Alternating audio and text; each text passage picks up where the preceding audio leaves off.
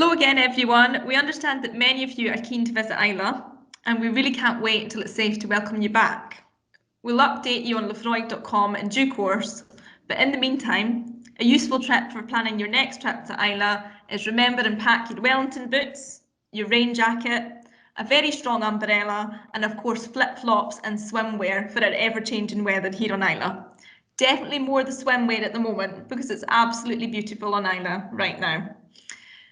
Okay, so many of you have asked how we're holding our spirits up and how we're managing through these difficult times.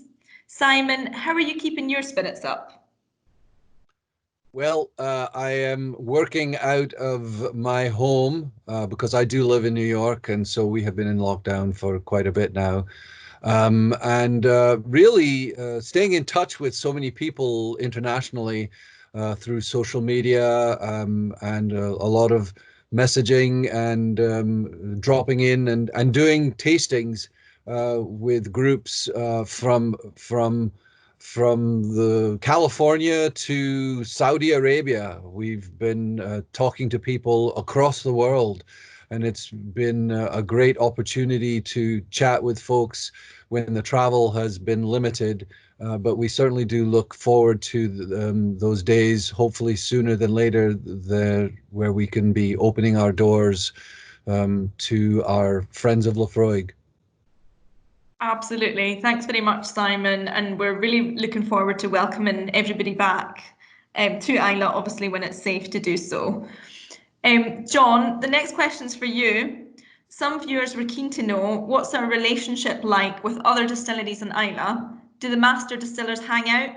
And when they do, what do they talk about or what do they not talk about? Pretty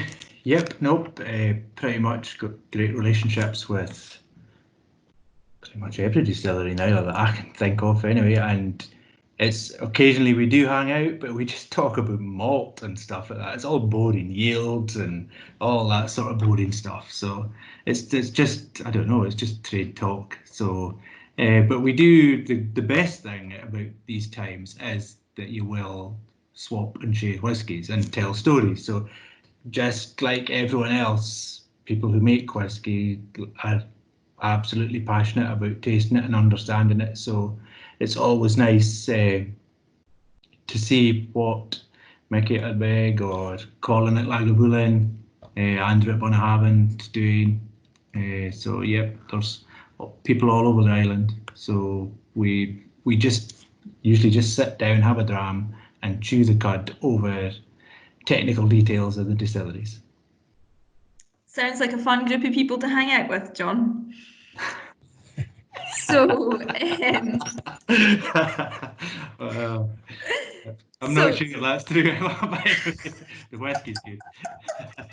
No, but for the people who are not on Islay, to be a fly on the wall, to sit in and just listen to the trade talk is actually kind of a dream for many folks, because absolutely. And I wasn't being sarcastic at all. John just took it that way. That was funny if you were, Emma. Oh my God. Okay. Stop laughing, please. Okay. Serious. Okay. So, John, there's been a few questions around the cask that was filled for the opening of the museum. How is this maturing, and what's the plans for this cask? Well, it is on hold. I have now, thanks to Mr. Claudio Riva in Milan in Italy, got all the names, which is fantastic. It's in the process of being processed. I don't know what that means, but like we're in the queue, I guess, in the parent company to get the whole bottling, labelling side of things done. So because I do have the names, the plot numbers of the people that were at the event, we will be able to contact them hopefully soon with details on the bottling. That sounds very exciting, John, and a great opportunity to be able to get a bottle from this cask. Yeah, no, it should be, and it'll be lovely because it's been in Warehouse 9 and then down to Warehouse 1 now, and it was 10 years past last festival. I think it's an 11-year-old now. 2000, yeah, 11-year-old now. Nice.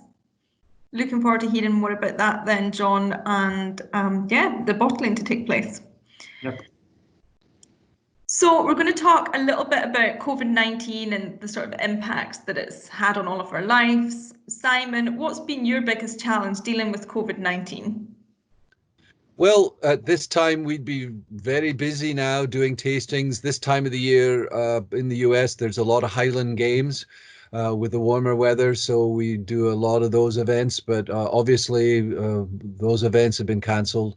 Then we're also working towards autumn when we start moving into whiskey season, really the height of whiskey season as the weather gets a wee bit cooler.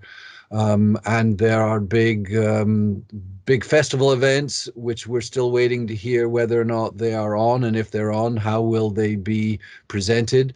It's a whole new world for everybody, including the whiskey world, and we're very hopeful and are looking forward to seeing so many of our friends that we share a dram with, that we've been getting tons of emails and phone calls about, when will we see you again?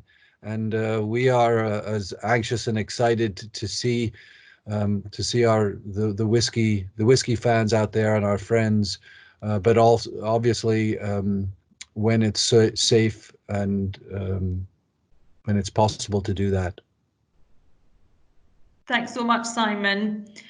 John, there's been many questions around production and if the distillery is back in production or not. Can you update us on this, please? Okay, the distillery started or attempted to start production on the 29th of May, so the day after the lockdown finished here in Scotland, and it's the longest the distillery has been shut in 40 years, so we were a wee bit like myself. It was a wee bit creaky and rusty to get going, but once now we're going, 2 weeks later, we're all good. So we seem to be getting the rhythm back in the plant now too. So yeah, 2 weeks later and a few more grey hairs and we are back to normal. Thanks, John. And as we're on the topic of production, can you tell us how whiskey production's changed over the past 25 years? Good question. Whiskey production's changed. At Laphroaig, it would be the fact that we're now 24/7. That would be the biggest change, I would say, over the last 25 years.